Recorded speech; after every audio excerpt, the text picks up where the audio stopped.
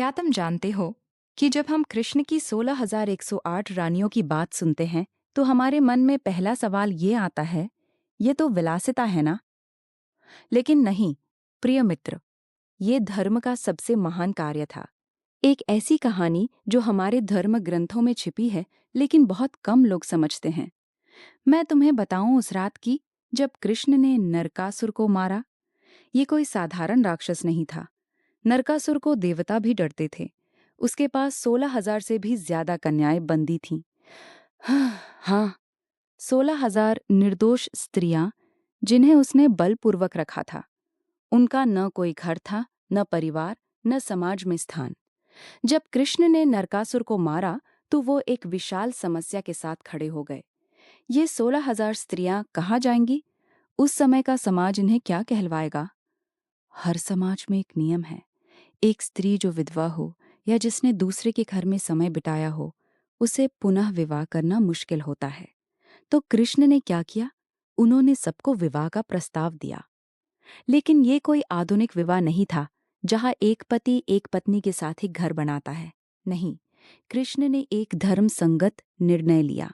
वे खुद इन सभी को पत्नी के रूप में स्वीकार करेंगे। ऐसा करके कृष्ण ने समाज को ये संदेश दिया कि ये स्त्रियां पीड़ित नहीं बल्कि सम्मानित हैं। लेकिन इसमें एक गहरी बात थी। भागवत पुराण में जो कहा गया है वो बहुत ही सूक्ष्म है। कृष्ण की 8 मुख्य रानियों का नाम आता है: रुक्मिणी, सत्यभामा, जाम्बवती, कालिंदी, मित्रविंदा, नग्नजिति, भद्रा और लक्ष्मणा। ये 8 रानियां वो 8 मुख्य पत्नियां थीं जिनके साथ कृष्ण का एक परिवार का रिश्ता था। उनके साथ उनके बच्चे थे, उनका एक पारिवारिक जीवन था। लेकिन बाकी 16,000 स्त्रियों के साथ कृष्ण का संबंध एक महान रक्षक और सम्मानदाता का था। वे उन्हें अपनी पत्नी के रूप में स्वीकार करते हैं, न कि शारीरिक संबंध के लिए, बल्कि समाज में उनकी प्रतिष्ठा बचाने के लिए। वो एक ऐसा विवाह था जो केवल कानूनी और सामाजिक न्याय के लिए था। अगर तुम महाभारत को देखो तो तुम्हें समझ आएगा कि ये कोई नई बात नहीं थी। द्रौपदी का विवाह 5 पांडवों के साथ था, लेकिन क्या द्रौपदी सभी के साथ एक ही घर में रहती थी? नहीं, उनका एक वैकल्पिक वैवाहिक संबंध था। वैसे ही कृष्ण की ये 16,000 रानियां भी विभिन्न स्थानों पर रहती थीं। द्वारका में कृष्ण के 16,000 महल थे। हाँ, तुमने सही सुना, 16,000 महल। हर एक रानी का अपना महल था, अपना परिवार था, अपना सम्मान था। कृष्ण प्रत्येक महल का दौरा करते थे। ये तो एक अद्भुत कल्पना है। एक ही रात में भगवान कृष्ण के योग माया शक्ति के कारण वे 16,000 महलों में एक साथ मौजूद हो सकते थे। ये एक रहस्य है जो शास्त्रों में बताया गया है। भागवत पुराण में कहा गया है, योग माया समाश्रित्य विभज्यामि स्वयं व्यः एतेर अंगेर्न यथास्ति भूतो न भविष्यति।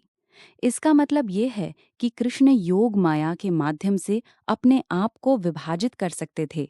वे एक ही समय में अलग अलग जगहों पर अलग अलग रूप में दिखाई दे सकते थे।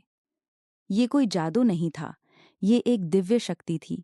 तो जब हम कहते हैं कि कृष्ण की 16,108 रानियां थीं, तो हमें ये समझना चाहिए कि ये संख्या वास्तव में एक सामाजिक कार्य का प्रतीक है। नरकासुर ने 16,000 कन्याओं को बंदी बना रखा था। कृष्ण ने उनको मुक्त किया और फिर अपने धर्म के साथ उन्होंने उन सभी को सम्मान का जीवन दिया। 8 मुख्य रानियों का एक विशेष महत्व था। रुक्मिणी, जो ब्रह्मा की परपोती थी और जिनका कृष्ण के साथ एक आत्मीय संबंध था।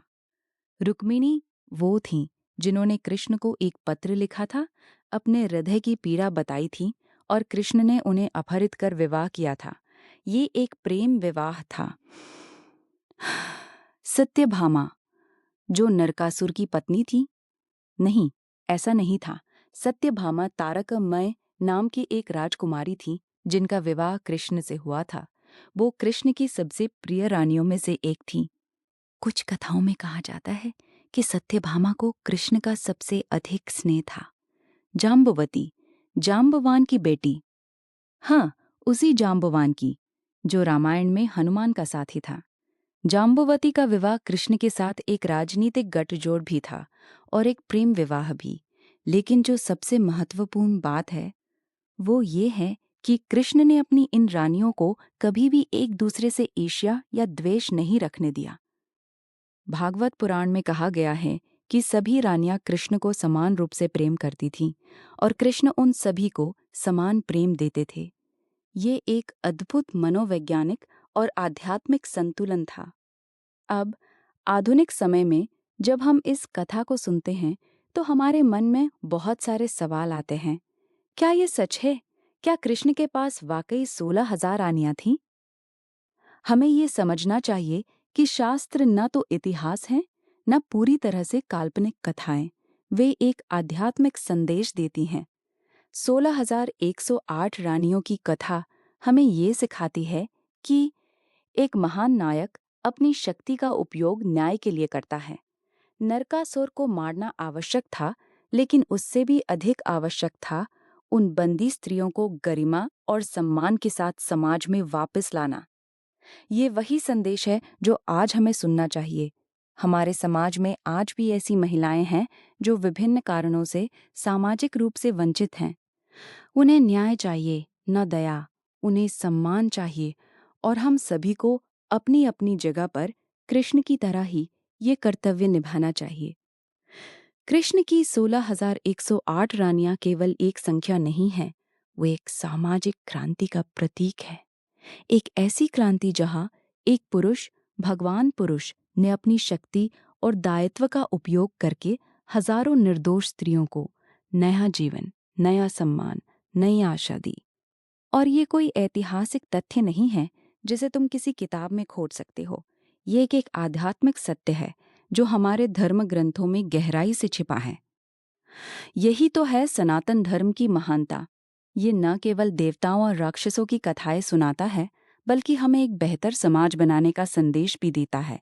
तो अगली बार जब कोई तुम्हें कृष्ण की 16,108 रानियों के बारे में बताए और तुमसे पूछे कि ये विलासिता नहीं है, तो तुम गर्व से कह सकते हो, नहीं, ये धर्म का सबसे पवित्र कार्य है।